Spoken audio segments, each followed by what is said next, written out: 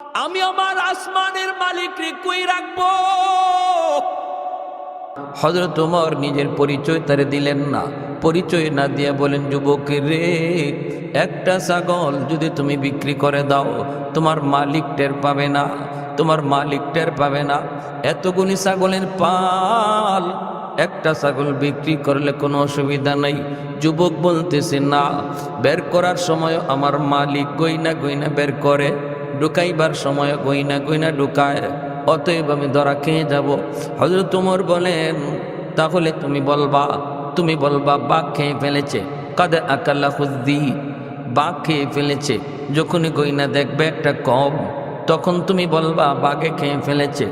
এই কথা বলতেই যুবক তখন ডাক দিয়া কয়, মুসাফির, এই কথা বললে আমি আমার দুনিয়ার মালিককে বুঝ দিতে পারবো, কিন্তু আমার আসমানের মালিককে আমি কোথায় রাখব? ফাআইনাল্লাহ,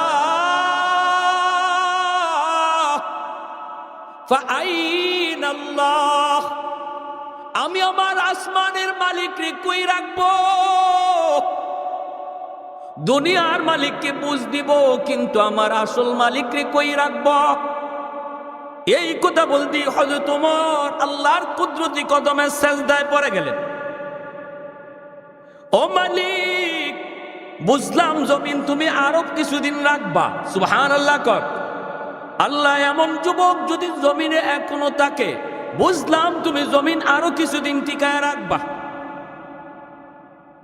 হাদিস শরীফের ভিতরে এসেছে, হযরত ওমর তিনি যখনই কেউ তারে দেখত, হযরত ওমর একা একা বসা আল্লাহ আল্লাহ জিকির করতেন, আল্লাহ আল্লাহ জিকির করতেন। আর ওই জিকিরের ভিতরে তিনি ফাআইনাল্লাহ ফাআইনাল্লাহ ফাআইনাল্লাহ, আমি আমার আল্লাহরে কই রাখবো, ওই যুবকের কথাটাকে তসবির মতো জপতেন। সুবহানাল্লাহ, আরেকটু জোরে কন্যা সুবহানাল্লাহ। फारूक तेरा नाम से इस्लाम रहेगा, फारूक तेरा नाम से इस्लाम रहेगा, दुनिया की अदालत में तेरा नाम रहेगा, दुनिया की अदालत में तेरा नाम रहेगा, सिद्दीक तेरा नाम से इस्लाम रहेगा, दुनिया की सदाकत में तेरा नाम रहेगा, हैदार तेरा नाम से इस्लाम रहेगा, दुनिया की शजात में तेरा नाम रहेगा, मुआविया तेरा नाम से इस्लाम रहेगा, दुनिया की सियासत में तेरा नाम रहेगा। अल्लाहु अकबर, मुसलमाনের আওয়াজে আল্লাহু আকবার। মুসলমানের আওয়াজ উঁচু হওয়া লাগবে, আমাদের আওয়াজ নিচু হওয়ার কারণেই তো কাদিয়ানীরা সমাবেশ করার সাহস পায়। ঠিক না জোরে কো? মনে করছে আমরা ঘুমাই রইছি। হ্যাঁ, নবীর আশিক আসেননি এখানে নাকি? সব দায়িত্ব খালি আমগো হুজুরারে দিয়া লিছেন? হ্যাঁ, নবীর উম্মত কি খালি মেসা বগল? নবীর উম্মত কি খালি মাদ্রাসার হুজুররা, না সবাই? তাহলে আমার নবীর খতমে নবুয়তের উপরে হামলা হবে, আর আমি চুপচাপ বসে বসে শুধু টিভির পর্দায় দৃশ্য দেখবো আলেম ওলামারা কি করে। কিয়ামতের মাঠে নবীর সামনে মুখ দেখাইবার কোনো সুযোগ থাকবে না। প্রত্যেকটা উম্মতের দায়িত্ব। খতমে নবুয়ত আমার নবীর শান, আমার নবীর মান, এই শান মানের উপর হামলা হবে, আর আমি আশিক রাসূল কোনো প্রতিবাদ করব না। আমি চুপচাপ বসে থাকবো, আবার মনে মনে দিলের ভিতরে আশাও রাখবো হাসরের মাঠে নবী আমারে সুপারিশ করবে। অত সোজা না, অত সোজা না। এজন্য যে যেখানে আছি, যে অবস্থায় আছি, যে যে দল করি, আমরা লেনিনের উম্মত না, কার্ল মার্কসের উম্মত না, মাও সেতুকের উম্মত না, আমরা নবী মুহাম্মদ রাসূলুল্লাহর উম্মত। যদি আমি বলি আমি নবীর উম্মত, তাহলে এটা আমার ইমানি দায়িত্ব, আমার উপরে ফরজ, আমার উপরে ফরজে আইন। কাদিয়ানীদের বিরুদ্ধে আমার অবস্থান করা এবং এদেরকে কাফের ঘোষণা করা। বাংলাদেশ সরকারের কাছে আমাদের আরো জোরালো আবেদন থাকবে, পার্লামেন্টে আইন করে কাদিয়ানীদেরকে কাফের ঘোষণা করা হোক। কারণ কি? কারণ হলো এদেশে বৌদ্ধ বসবাস করে আমাদের আপত্তি নাই, হিন্দু বসবাস করে আপত্তি নাই, খ্রিস্টান বসবাস করে আপত্তি নাই, সবাই যার যার ধর্ম পালন করো। কাদিয়ানীদের বিরুদ্ধে আমাদের অ্যাকশন কেন? কারণ কাদিয়ানীরা নিজেদেরকে মুসলমান দাবি করে, অথচ আমার নবীরে শেষ নবী মানে না। শেষ নবী যে নবীরে মানলো না, সে কোনোদিন মুসলমান হতে পারে? জোরে বলেন, কোনোদিন শেষ নবী হতে পারে? কোনোদিন মুসলমান হতে পারে না। আমাদের অবজেকশন হলে এই জায়গায় নিজেকে মুসলমান পরিচয় দিচ্ছ কেন? আমি মুসলমান কারণ আমি আমার নবীর শেষ নবী মানি। তুমি নবীর শেষ নবী মানো না, ওই মির্জা গুলাম আহমদের শেষ নবী মানো আর নিজের মুসলমান দাবি করো। এখানে আমাদের অবজেকশন। বুঝতে হবে বিষয়টা। অনেকে না বুঝছে, অনেকে এরকম বলে, হুজুরা এত গরম হয় কেন? কি হয়েছে? আরে কি হয়েছে মানে? কি হয়েছে মানে তুমি বুঝো কি? কসু তুমি খালি মুসলমান হইছো অদ্দূরই জানো আমি মুসলমান, আর কিচ্ছুই জানো না। আমরা তো বলি না কোনো ধর্মের ব্যাপারে আমাদের কথা নেই। আমার মায়ার নবী মদিনার রাষ্ট্রনায়ক সকল ধর্মের মানুষকে নবী মদিনায় স্বাধীনতা দিয়েছেন। এমনকি খ্রিস্টানদের গির্জা পাহারাদারি করেছেন সাহাবায়ে কেরাম, পাহারাদারি করেছেন। ইহুদিদের উপাসনালয় সাহাবীরা পাহারা দিয়েছেন, কোনো বাধা দেওয়া হয় নাই। ইসলামী শিকার। কিন্তু তুমি আমার নবীর উপরে, নবীর খতমে নবুয়তে হামলা কইরা নিজের মুসলমান দাবি করবা, এটা মুসলমান কোনোদিন রক্তদাগতে বরদাস্ত করতে পারবে না, কোনোদিন পারবে না। পাকিস্তানের জমিনে 10,000 নবীর আশিক শহীদ হয়েছে পার্লামেন্টে কাদিয়ানীদেরকে কাফের ঘোষণা করার জন্য। বাংলাদেশে কি আশিক রসুল কম আছে? আওয়াজ দেন না কেন? বাংলাদেশে আশিক রসুল কম আছে? লক্ষ লক্ষ মানুষের সমাবেশ হয়েছে, মিছিল হয়েছে। পাকিস্তানে সেই মিছিলে পুলিশ গুলি করেছে। 10,000 নবীর আশিক ময়দানেই শহীদ হয়েছে। ধন্য তাদের জীবন, ধন্য তাদের মরণ। হাসরের মাঠে হাসতে হাসতে নবীর সুপারিশ পাবে। দুনিয়া এসেছি একদিন, যাব একদিন। যদি দুনিয়া থাকতেই বুঝি আমি নবীর সুপারিশ পাওয়ার যোগ্য, দুনিয়ায় আসা যাওয়া আমার সার্থক। অতএব যদি উলামায়ে কেরাম আপনাদেরকে এই এজেন্ডা নিয়ে ময়দানে হাজির হতে বলে, আমার নবীর সম্মান রক্ষার জন্য খতমে নবুয়তের আন্দোলনে যদি আপনাকে ডাক দেওয়া হয়, আমার জীবন যাবে কি থাকবে সেই পরোয়া না করে, পাকিস্তানে যদি 10,000 শহীদ হয়, বাংলাদেশে 10 লাখ নবীর আশিক শহীদ হতে তৈয়ার। কারা কারা হাত উঠে আল্লাহকে দেখা? মুসলমানের মতো একজন মর্দে মুজাহিদ স্লোগান দেন না, নাইনি একজনও কেউ।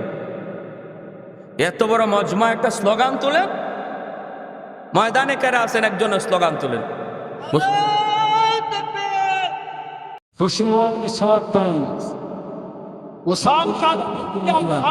আইন চাই। কাফের কাফের সবাই কোন কাদিয়ানীরা কাফের, কাফের কাফের কাফের কাফের। সংসদে আইন চাই, নবীর পরে নবী নাই, নবীর পরে নবী নাই। আরো জোরে, সংসদে আইন চাই, নবীর পরে নবী নাই, নবীর পরে নবী নাই।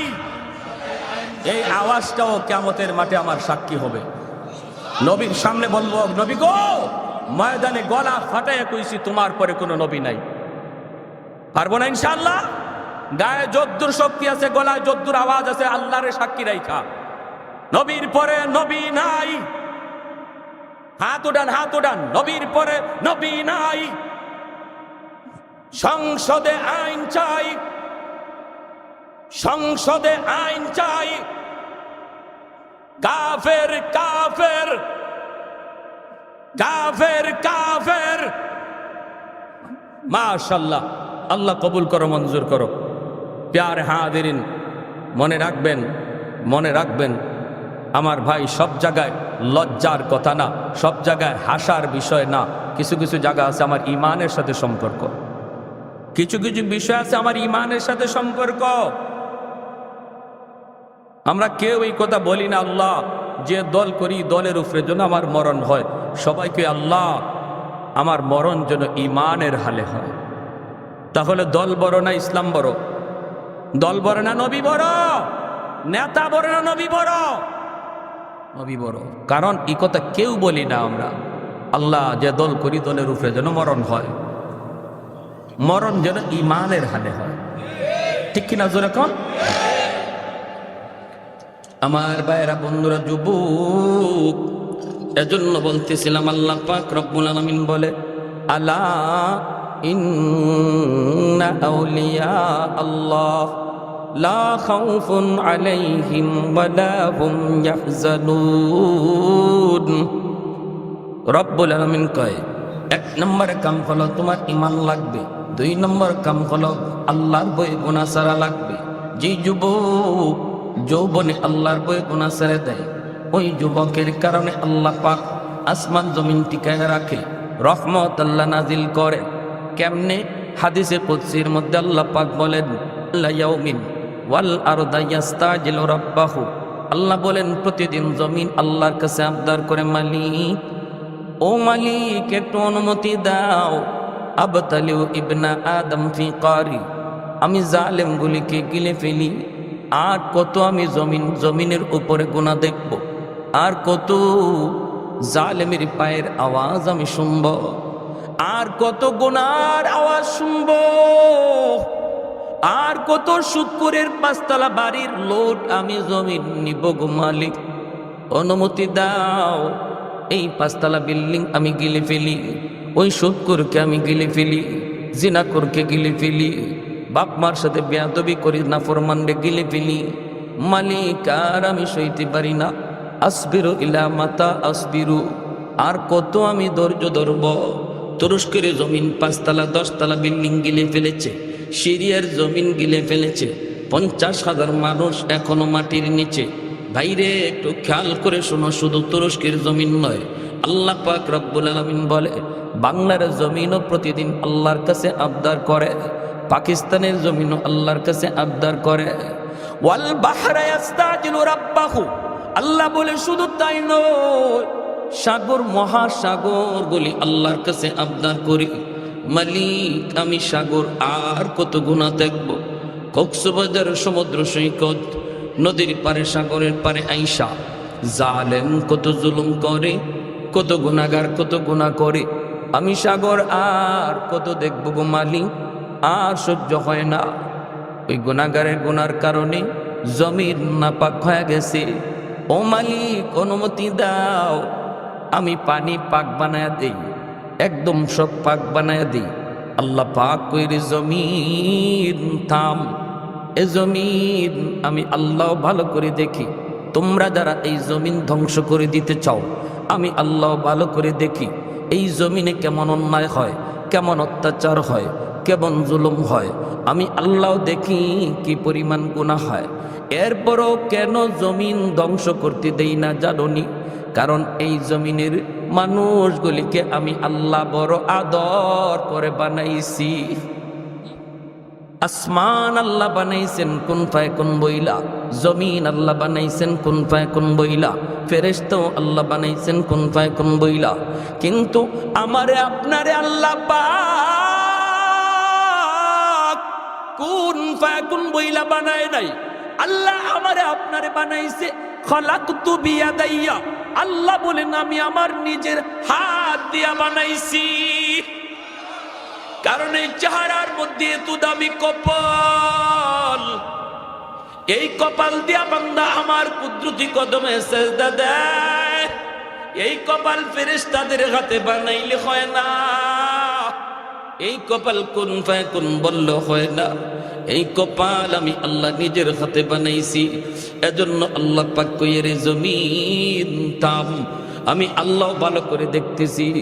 এরপরও কেন ধরি না জানোনি? এই জমিনে আমার বান্দা বান্দিগুলি কখন কোন আলেমের জবান থেকে কোন কথা শুনবে, কখন কোন মাহফিলে যায় তার দিলটা নরম হয়ে যাবে।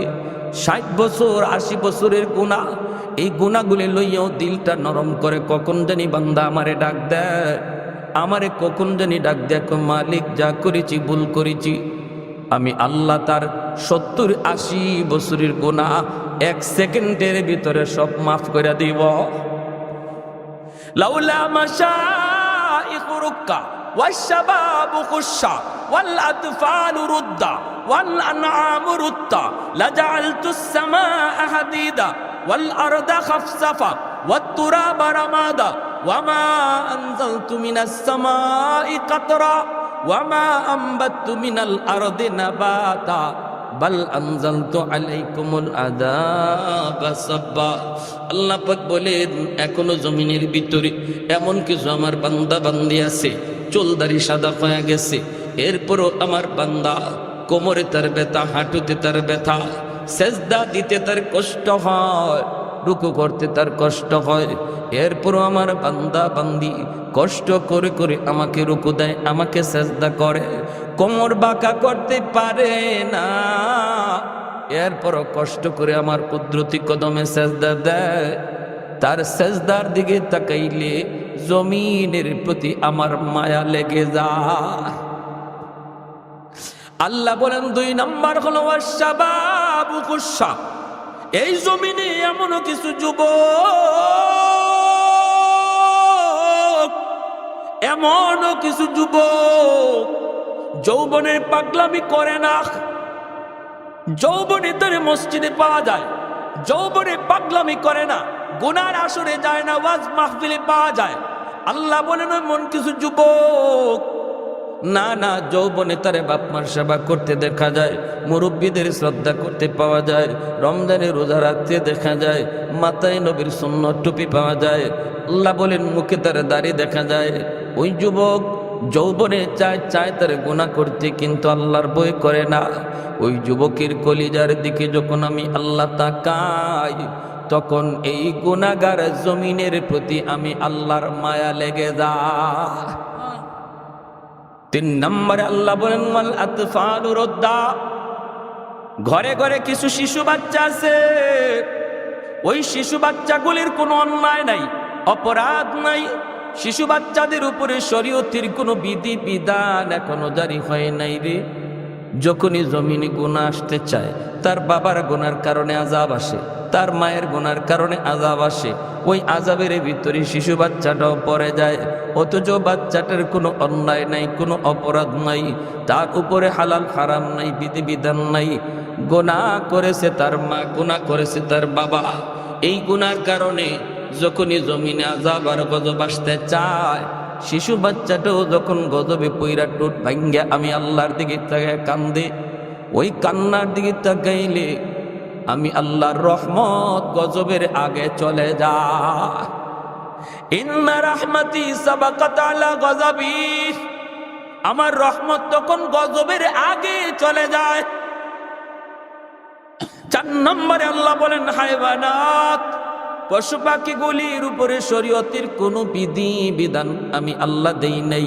গরু ছাগলের উপরে কোনো নামাজ নাই, রোজা নাই, গরু ছাগলের উপরে কোনো বিধি বিধান নাই।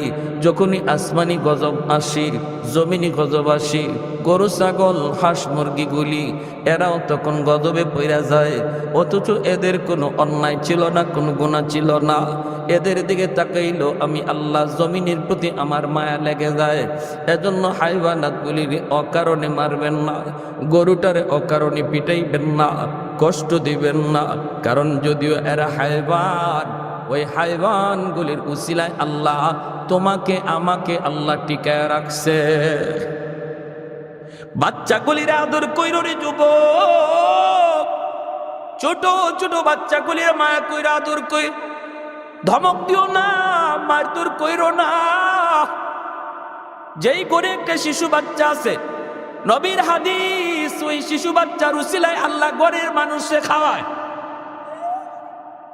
ওই শিশু বাচ্চাদের উসিলায় আল্লাহ এখনো রিজিকের ব্যবস্থা করে, এখনো জমিন থেকে ফুল ফল হয়, এখনো আসমান থেকে বৃষ্টি নাজিল হয়। এজন্য শিশু বাচ্চাগুলি এরা মাসুম, এরা নিষ্পাপ, এরা মাসুম, এরা ফেরেশতা সমতুল্য।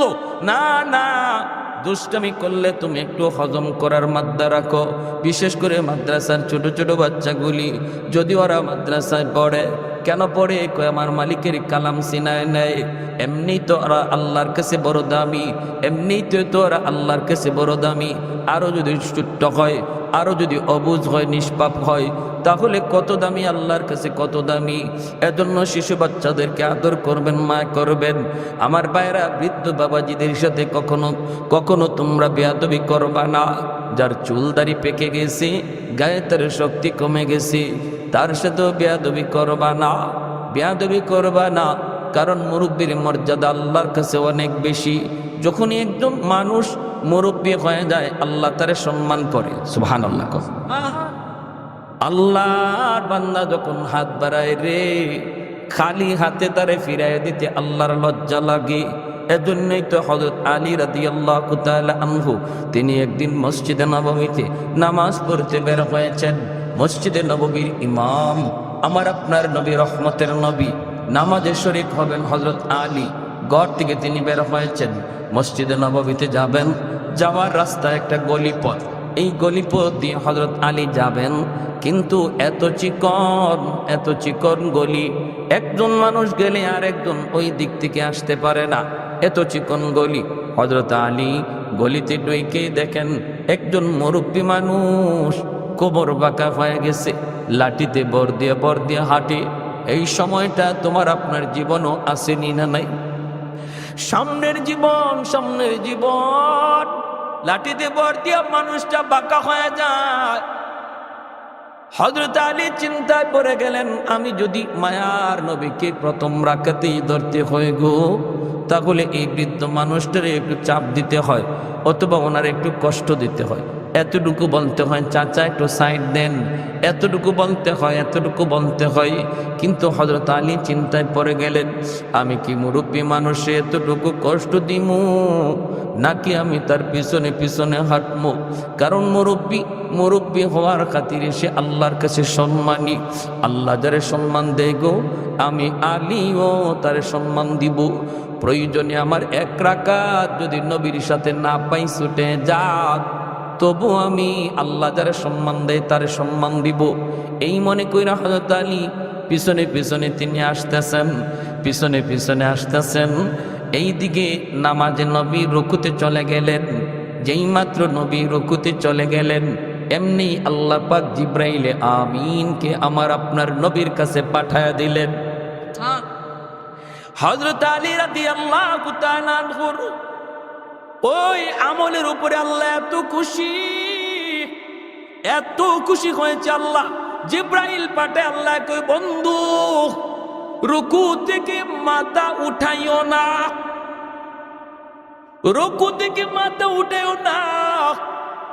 কারণ তোমার আলী এখনো নামাজে শরীক হতে পারে নাই।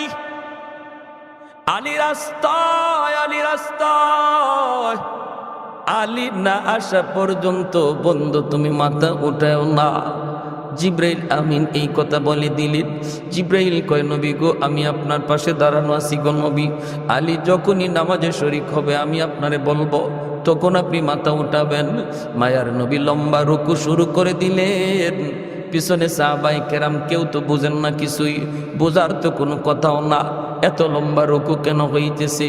মায়ার নবী মনে মনে আলীর উপর একটু গোসক হয়ে গেলেন। আলী আজকে কেন নামাজে আসতে দেরি করলো, আর আমারই বা এত লম্বা রুকু কেন করতে হলো? নামাজ পড়তেছেন, রুকু করতেছেন। এরপরে হযরত আলী মসজিদে নববীতে লুইকা আমার মায়ার নবীর সাথে রুকুতে শরীক হলেন, রাকাত পেয়ে গেলেন। রুকু পাওয়া মানে রাকাত পাওয়া। সেজদায় যদি আপনি যান, রাকাত পাওয়া হলো না রে যুবক। অনেক মানুষ আছে রুকু পাওয়ার না পরে, রুকু না পাইলো নিজে রুকু ফইরা কয় রাকাত পাইছে, পরে এক রাকাত পরেও না। নিজে রুকু করলে রাকাত পাওয়া হয়? কিছু মাসালাও জানা দরকার আসেনি না নাই? ইমাম সাহেবের রুকুতে পাইলেন না, কিন্তু আপনি নিজে রুকু কইরে নিলেন, বলতেছেন পাইছেন, পরে এক রাকাত আপনি পড়লেন না, নামাজ হবে? এজন্যই মাসালা জানা দরকার আছে। সুবহানা রাব্বিয়াল আযীম অন্তত একবার ইমাম সাহেবরে আপনি বলা পরিমাণ টাইম রুকুতে পাইতে হবে। অথবা আপনি খালি রুকুতে যাইতেছেন আর হুজুর সামি আল্লাহু লিমান হামিদা কয়ে উঠতে গেছে, হবে না, রুকু পাওয়া হয়নি। আপনার মিনিমাম একবার বলার সময় সুবহানা রাব্বিয়াল আযীম আপনি পড়তে পারেন না পারেন সেটা ভিন্ন কথা, অন্তত একবার বলা পরিমাণ সময় ইমাম সাবরির রুকুতে যদি পান তাহলে আপনার রাকাত পাওয়া হলো। যদি না পান তাহলে আপনি সালাম ফিরাইতে পারবেন না, হুজুর সালাম ফিরানোর পরে আপনি এক রাকাত পড়া লাগবে। বুঝে আসছে ভাই? হযরত আলী তিনি তো মায়ার নবীর রুকুতে পাইলেন। এইবার নামাজ শেষ হওয়ার পর আল্লাহর নবী মিম্বরে বইসা ডাক দিলেন, আলী এইদিকে আসো। হযরত আলী রাদিয়াল্লাহু তাআলা আনহু তিনি সামনে আসলেন। আল্লাহর নবী তখন জিজ্ঞেস করেন, আলী রে, আজ নামাজে আসতে তোমার দেরি হলো কেন? ভিতরি ভিতরি একটু মন বেজারো নবীজি, একটু গুসান আসেনি না নাই? তোমার কারণে আমার নামাজে রুকুর মাঝে হ্যাং করে রয়েছি অত সময়। সাহাবিরও পিছনে তারাও ভাবতেছেন যে এত লম্বা রুকু অন্যদিন তো এত লম্বা হয় না, নবীও রুকুতে মাথা উঠাইতে পারেন না। নবীজি তো একটু মনে মনে আলীর প্রতি গুসা, এ আলী, আজ নামাজে আসতে দেরি করলা কেন? হযরত আলী রাদিয়াল্লাহু তাআলা আনহু বলে, কই গো নবী, বেশি দেরি তো হয় নাই, আমি আপনারে রুকুতে পাইছি।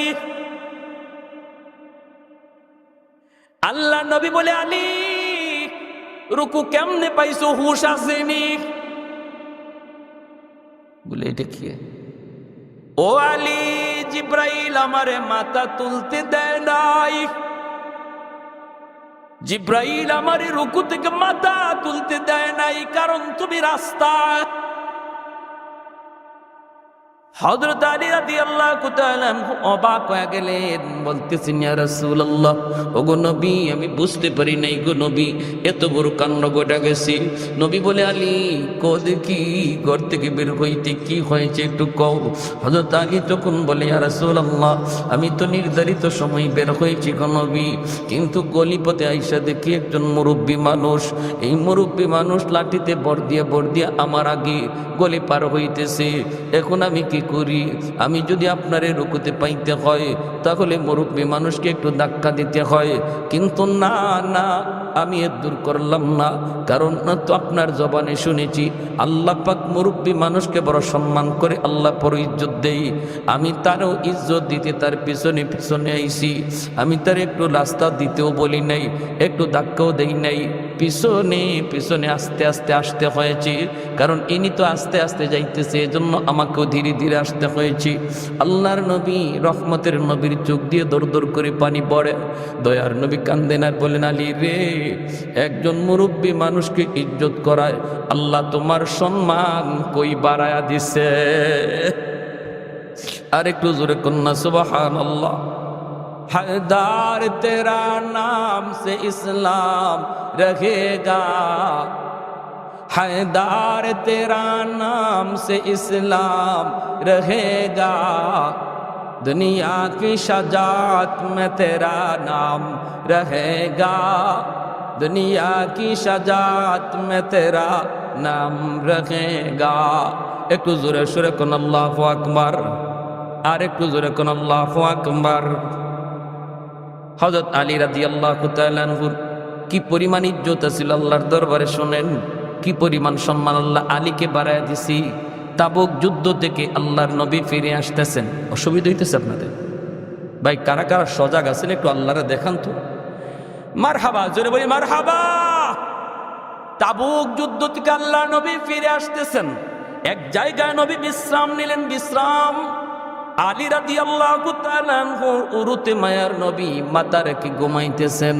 রদ্দে শামস নামক কিতাবের ভিতরে লিখেন, আল্লাহর নবী আলী রাদিয়াল্লাহু তাআলা আনহু উরুতে মাথা রেখে নবী বিশ্রাম নিতেছেন। হযরত আলী রাদিয়াল্লাহু তাআলা আনহু তিনি আসরের নামাজটা পড়েন নাই, নবী উনার উরুতে ঘুমাইছেন। ইনি মনে মনে ভাবতেছেন হয়তো নবী একটু পরে ঘুম থেকে উঠে যাবেন, বিশ্রাম থেকে উঠে যাবেন, তখন আমি আসরের নামাজটা আদায় করে নিব। কিন্তু না, আমার নবীর ঘুম ভাঙে নাই। নবীর যখন ঘুম ভাঙছে তখন সূর্য ডুবে গেছে। হযরত আলী রাদিয়াল্লাহু তাআলা আনহু যখন সূর্য লাল হয়ে গেছে তখন তিনি নিজের মনকে জিজ্ঞেস করেন, এরে আলীর মন, বল তুই কি করবি? আমার নবীর ঘুম ভাঙ্গাবি নাকি তোর নামাজ কাজা হয়ে যাবি? আলীর মন আলীকে ডাক দিয়ে কয়, আলী রে, সূর্য ডুবে যায় ডুবে যা, তবু আমার রহমতের নবীর ঘুম ভাঙ্গানো যাবে না। মায়ার নবী ঘুম ভাঙলে পরে সূর্য ডুবে গেল। আল্লাহ নবী আলীর চেহারার দিকে তাকায় বুঝতেছেন আলী পেরেশান। অসুবিধার কারণে যদি কখনো নামাজ কাজা হয়, খাঁটি মুমিনের আলামত হলো পেরেশানি শুরু হয়ে যাবে, ঠিক না? চেহারার মধ্যে পেরেশানি ভাব আসবে। হায় রে, আমার দ্বারা এটা কি হলো, ও মালিক কি ভুল হয়ে গেল, ও মালিক টাইম মতো নামাজ পড়তে পারি নাই, ও মালিক আজকে ঘুমাচ্ছিলাম ফজর আজান শুনি নাই। এই যে পেরেশানি অন্তরে, এটা হলো খাঁটি মুমিনের আলামত। অসুবিধা হতেই পারে, অসুবিধা হতেই পারে, ঘুমন্ত অবস্থায় ফজরের নামাজ কাজা হতেই পারে, কারণ আমরা মানুষ। আমার নবীরও ফজরের নামাজ কাজা হইছে। এটা উম্মতের জন্য আল্লাহ পাক একটা সবক দিয়ে দিছে। তোমার হইল, তুমি তোমার হইতে পারে এর একটা নজির দেখায় রাখছে। মায়ার নবী এরকম এক যুদ্ধ থেকে আসার পথে এরকম ভাবে ফজরের আগে ঘুমাইতেছেন, আর হযরত বেলাল রাদিয়াল্লাহু তাআলা আনহু বলছেন, বেলাল ফজরের সময় ডাক দিও। এই বইলা নবীজি সাহাবীদের নিয়ে ঘুমায় গেছেন। হযরত বেলাল পাহারাদারি করেন। আলহামদুলিল্লাহ, কিছুক্ষণ পরে হযরত বেলালেরও চোখ লেগে গেছে। হযরত বেলাল রাদিয়াল্লাহু তাআলা ইনিও ঘুমায় গেছেন। আল্লাহ নবীও ঘুমে, যিনি জাগাইয়া দেওয়ার কথা ইনিও ঘুমে, সব ঘুমে। এই অবস্থায় সূর্য উঠিয়া সূর্যের আলো নবীজির চেহারায় পড়ছে, তখন নবীর ঘুম ভাঙছে। হাদিস শরীফ আল্লাহ নবী উঠতেই বলতেছেন, বেলাল, ইন্না লিল্লাহ, এটা কি হলো? হযরত বেলাল ঘুম থেকে উঠছেন, বলতেছেন, ইয়া রাসূলুল্লাহ, মাপ চাই গো নবী, যে আল্লাহ আপনার চোখ লাগাইছি, আল্লাহ আমারও চোখ লাগাই দিছে। এরপরে আল্লাহ নবী বলে, চলো চলো তাড়াতাড়ি চলো, এখান থেকে একটু দূরে যাইয়া আল্লাহ নবী সূর্যটা একটু উঠার পরে সাহাবীদেরকে নিয়ে ফজরের নামাজ আদায় করছেন কাজা। বুঝে আসছে? হতে পারে, কিন্তু পেরেশানি যদি না আসে, আমার একটা গুনাহ হয়ে গেল অথচ আমার অন্তরে কোনো পেরেশানি নেই, আমি একটা গুনাহ করে ফেলেছি, একদম দিব্যি চলতেছে আগের মতো, বোঝা গেল ঈমান নিবে নিবে অবস্থা, নিবে নিবে অবস্থা। আল্লাহ নবী হযরত আলী রাদিয়াল্লাহু তাআলা আনহুর চেহারার দিকে তাকালেন। তাকায় নবী পেরেশানি দেখে বুঝতেছেন, আলী কি হয়েছে রে আলী? মনে হয় আসরের নামাজ পড়তে পারো নাই। এমনি হযরত আলী বলে, ইয়া রাসূলুল্লাহ, আমি মনে করেছিলাম আপনি উঠে যাবেন, কিন্তু আপনার ঘুম লেগে গেছে গো নবী। নবী বলে, আলী, আমাকে কেন তুমি ডাক দিলা না? হযরত আলী রাদিয়াল্লাহু তাআলা আনহু বলে, নবী গো, আমি আমার মনকে জিজ্ঞেস করেছি, কিন্তু আমার মন সায় দেয় না। আমার রহমতের নবীর ঘুম ভাঙায় কষ্ট দেওয়া যাবে না। এই কথা বলতে আল্লাহর নবী হাত উঠায় দিছেন। হাত উঠে আল্লাহ বলেন, ও আসমানের মালিক, ও জমিনের মালিক, ও সূর্যের মালিক, ও চন্দ্রের মালিক, আল্লাহ তোমার কথায় সূর্য ওঠে, তোমার কথায় সূর্য ডুবে। ও মালিক, তোমার কাছে আমি হাত দুইটা বাড়ায় দিলাম। আজ আমার আলী তোমার বন্ধুর আরামের জন্য নামাজ কাজা করে ফেলেছি, তোমার সূর্য ডুবে গেছে। মালিক, আমি এত কিছু বুঝি না, আমার আলীর জন্য সূর্য আবার উঠায়া দাও। সুবহানাল্লাহ, জোরে কইতেন না? ডুবন্ত সূর্যকে আল্লাহ পাক হাত রাখতে রাখতে আল্লাহ আবার আকাশে উঠায় দিল। ডুবন্ত সূর্য আলীর খাতিরে আল্লাহ আসমানে আবার উঠায় দিল। এত সম্মান, এত ইজ্জত, এত সম্মান। এজন্য আল্লাহ পাক রব্বুল আলামিন কয়, মুরব্বী মানুষগুলা চুলদারি যার পাকা হয়ে গেল, তার সেজদা, তার রুকু যখন সে কষ্ট করে করে দেয়, চেয়ারে বসে নামাজ পড়ে না, কষ্ট হলেও সে জমিনে মাথা টেকায় সেজদা দেয়। আল্লাহ বলে, তার সেজদার দিকে তাকাইলে এই জমিনের প্রতি আমার মায়া লেগে যায়। যেই যুবক যৌবনে আল্লাহর গোলামি করবে, এই যুবক যখন বৃদ্ধ বয়সে উপনীত হবে, আল্লাহ বৃদ্ধ বয়সে তার সম্মান আল্লাহ বাড়ায় দিবে। কেমনে সম্মান বাড়ায় দিবে? ইল্লাল্লাযীনা আমানু ওয়া আমিলুস সালিহাত ফালাহুম আজরুন গায়রু মামনুন। সূরাতুত তিনের মধ্যে আল্লাহ পাক কসম খেয়ে বলেন, ওই যুবক যৌবনে যখন আল্লাহকে ডরায়, যৌবনে যখন মসজিদে যে জামাত পড়ে, যৌবনে যখন সে আল্লাহর গোলামি করে, বৃদ্ধ বয়সে পারবে না, গায়ে শক্তি নাই, মসজিদে আসতে গেলে সে আসতে পারবে না। কারণ মসজিদে আসতে গেলে তার ভয় হবে, কোথায় জানি মাথা ঘোরায় পড়ে যায়, কোথায় জানি কোন অ্যাক্সিডেন্ট হয়ে যায়, শরীর উজরের কারণে সে ঘরে নামাজ পড়বে। রব্বুল আলামিন ফেরেশতাদেরকে বলবেন, ফেরেশতারা আমার বান্দার যৌবনের ফাইলটা আমি আল্লাহকে দেখাও। যৌবনের ফাইলটা আল্লাহ পাক উল্টায় কইব, দেখ যৌবনে আমার বান্দারে মসজিদে নামাজ পড়তে দেখা যায়, আজ আমি আল্লাহ তারে বৃদ্ধ বানাইছি। যদি তার আজও গায়ে শক্তি থাকতো, আজও মসজিদে যাইতো, এখন সে মসজিদে যাইতে পারে না, ঘরে নামাজ পড়তেছে। এ ফেরেশতা শোনো, যৌবনে মসজিদে যাওয়ার সওয়াব তার আমল নামায় উঠায় দাও। ঘরে নামাজ পড়বে কিন্তু জামাতের সওয়াব পাবে। আল্লাহ বলবেন, ফেরেশতারা শোনো, আমার বান্দা প্রতিদিন কোরআন তেলাওয়াত করতো 1 পাতা 2 পাতা, চোখের জ্যোতি আমি আল্লাহ আজ তার কেড়ে নিয়েছি, এজন্য কোরআন তেলাওয়াত করতে পারে না, তার চোখে পাওয়ার নাই। কিন্তু দেখো কলিজার ভিতরে কত ব্যথা, প্রতিদিনের তার দাইমি আমল ছিল কোরআন তেলাওয়াত। যদিও আমার বান্দা আজ কোরআন তেলাওয়াত করে না রে, তবুও তার আমল নামায় প্রতিদিনের তিলাওয়াতের সওয়াব লিখে দাও। আমার বান্দা তাহাজ্জুদের নামাজ পড়তো, আজ পারে না, ঘুমায় রইছি, শক্তি নাই গায়ে, যদিও ঘুমায় রইছি তবুও তার আমল নামায় তাহাজ্জুদের সওয়াব লিখে দাও। কারণ যৌবনে গায়ে শক্তি থাকতে প্রতিদিন তাহাজ্জুদ পড়ত। সরকার আমাকে আপনাকে পেনশন দেয়, নির্ধারিত বয়স পর্যন্ত সরকারে ডিউটি করলাম, এরপরে সরকার আমার ঘরে বসায় বেতন দেয়। ঠিক তেমনি সকল সরকারি সরকার আল্লাহ পাকও কয়, গায়ের শক্তি থাকা অবস্থায় যারা আমার ডিউটি ঠিক মতো পালন করবা, বৃদ্ধ বয়সে যখন তোমার দ্বারা সেটা বৃদ্ধ হওয়ার কারণে পারা যাবে না, যৌবনের আমলটা আমি আল্লাহ তোমার আমল নামায় উঠায় দিব, ইবাদতের পেনশন দান করব। সুবহানাল্লাহি ওয়া বিহামদি, সুবহানাল্লাহিল আযীম। আলহামদুলিমান কাদ্দারা খাইরাও ওয়া খাবালা,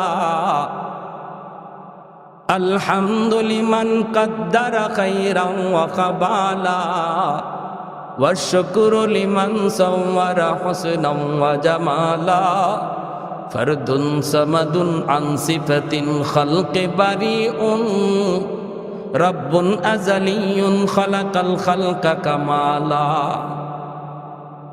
জুন্নুন মিসরি আল্লাহর একজন ওলি ছিলেন, বহুত বড় ওলি।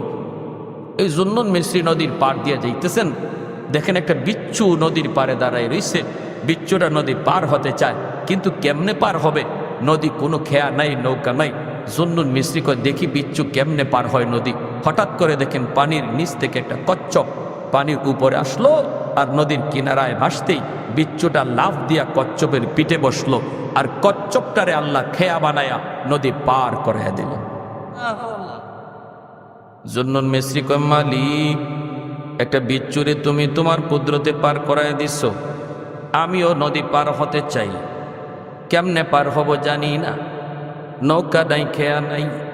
আল্লাহ পাক কয়, অন্তরের ভিতরে আল্লাহ ইলহাম করে দিলেন, হাতের যায় নামাজ পানিতে বিছায় দাও, যায় নামাজে বসে পড়ো। জুন্নুন মিসরি যায় নামাজে বসে পড়লেন, আল্লাহ পাক যায় নামাজে বসায় নদী পার করায় দিলেন। এই ক্ষমতা আল্লাহর আছে না নাই? কারামাতুল আউলিয়াই হাক্কুন, ওলি আল্লাহদের কারামত হক, এটা আমাদের আকীদা বিশ্বাস। কারণ ওলিরা নিজের ক্ষমতায় কিছু করে না, ওলিদের দ্বারা অসম্ভব যা সম্ভব হয় করায় কে? বুঝলে কোন? কারামত আল্লাহ করায়, নবীদের মুআজিজাও করায় কে? আল্লাহ। অতএব আল্লাহ যদি করায়, তাহলে আমার যুক্তি দিয়া ধরলো না, আমার যুক্তিতে বুঝে আসলো না বিদায় সেটাকে ফালায়া দেওয়ার কোনো সুযোগ নাই। আমার যুক্তি যেখানে শেষ, আমার বুদ্ধি যেখানে হায়রান, সেখানেই আল্লাহর কুদরত শুরু। ঠিক না ভাই? এজন্য আমাদের সমাজে কিছু মানুষ যারা ওলি আল্লাহদের কারামত কথা বললে, ওলি আল্লাহদের কারামতের ঘটনা শুনাইলে কয় গাজাকুরি কথা কয়, কি কয় কি না, এটা কেমনে সম্ভব? আরে হারামি, তুমি তো নিজেই বুঝো না, এটা তো ওলিদের নিজের ক্ষমতা না, ওলিদের কারামতটাও করায় কে? আল্লাহ। যদি আল্লাহ করায় তাহলে এখানে তোমার হয় রান হইয়া এটা অস্বীকার করার কোনো সুযোগ নেই। কোনো সুযোগ আছে? আমার ভাইয়েরা বন্ধুরা, তিনি নদী পার হয়ে গেছেন, পার হইয়া এবার বিচ্ছুটার পিছনে পিছনে দৌড়তেছেন। কোন দিকে যায় একটু দেখতে মন চায়, হঠাৎ করে দেখেন হাওরের মাঝখানে একটা গাছ, গাছের নিচে একটা যুবক মনের আনন্দে ঘুমাইতেছে। আর যুবকটারে দেখেই এই বিচ্ছুটা ধর রওনা দিছে। আল্লাহ ওলি জন্মন মিস্রি ইনিও পিছনে পিছনে দৌড় শুরু করলেন। আইসা দেখেন যুবকের মাথার পাশে একটা বিশাল বড় সাপ, বিষাক্ত একটা সাপ ফনা ধরে আছে, যুবককে দংশন করবে।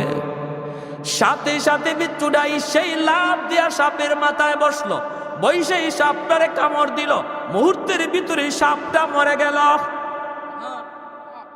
এইবার জন্মন মিস্রি যুবককে ডাক দেন, যুবক ঘুম থেকে উঠো। এই যুবক মাথার পাশে কি ঘটে গেল? আমরা তো আল্লাহর উপরে 100% ভরসা করতেই পারি না, ঠিক না? আমাদের একিনই আয় না। কিন্তু যারা 100% আল্লাহর উপরে একিন করে কাজ করছে, আল্লাহ 100% তাদের সাথে লেনদেনও করছে। যুবককে আমি যখন ঘুমাইতে যাব তখনও বলেছি, মালিক হাওরের মাঝখানে ঘুমাবো, কেউ নাই, আপন বলতে কেউ নাই, বাঁচানোর কেউ নাই। আল্লাহ, কোন হিংস্র জীব জানোয়ার যদি আমার কোনো ক্ষতি করে, আমি ক্লান্ত পরিশ্রান্ত একটু ঘুমাবো। আল্লাহ, যদি কোনো জীব জানোয়ার ক্ষতি করে, কেউ ফিরাইবার মতো নাই তুমি ছাড়া। আল্লাহ, আমি তোমার উপরে হাওলা করে ঘুমাইলাম। গাড়িতে তুমি উঠতেছো রে যুবক, ঘর থেকে বের হয়েছ, গাড়িতে ওইটাই তুমি গানটা বাজাও কেমনে? গাড়িতে ওইটাই তুমি গানটা কেমনে বাজাইলা? ইয়ারফোনটা কেমনে কানে ঢুকাইলা? হাওয়ার উপরে গাড়িটা চলতেছে, কোথায় জানি অ্যাক্সিডেন্ট হয় কেউ জানে না। ভরসা করার কথা ছিল তোমার আল্লাহর উপর, নাম নেওয়ার কথা ছিল আল্লাহর উপর। আল্লাহকে বান্দাও, আমার উপর 100% ভরসা করে তুমি যা করবা, আমি আল্লাহ তোমার সাথে 100% লেনদেন করব।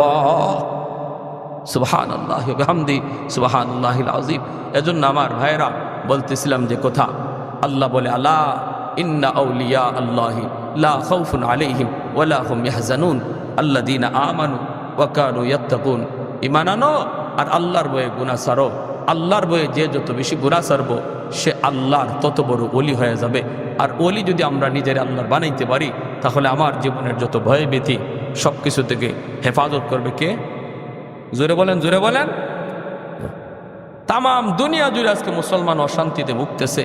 সব দেশে মুসলমানের কান্নার আওয়াজ। ফিলিস্তিনে গাজার জমিন মুসলমানের রক্তে লাল। তুমি আর আমি যখন আর্জেন্টিনা আর ব্রাজিল খেলা নিয়ে মত্ত, তখনও ফিলিস্তিনের জমিনে মুসলমান ভাইয়ের বুকে গুলি চালাইছে ইহুদিরা। এত নির্যাতন, এত নিপীড়ন, এরপরও আল্লাহর গাইবী সাহায্য আসে না কেন? কারণ আমরা আল্লাহকে নারাজ করে ফেলেছি। আমরা আল্লাহকে নারাজ করে ফেলেছি। আমরা আল্লাহকে যত তাড়াতাড়ি রাজি করব, যত তাড়াতাড়ি খুশি করব, তত তাড়াতাড়ি আসমানি মদদ নেমে আসবে।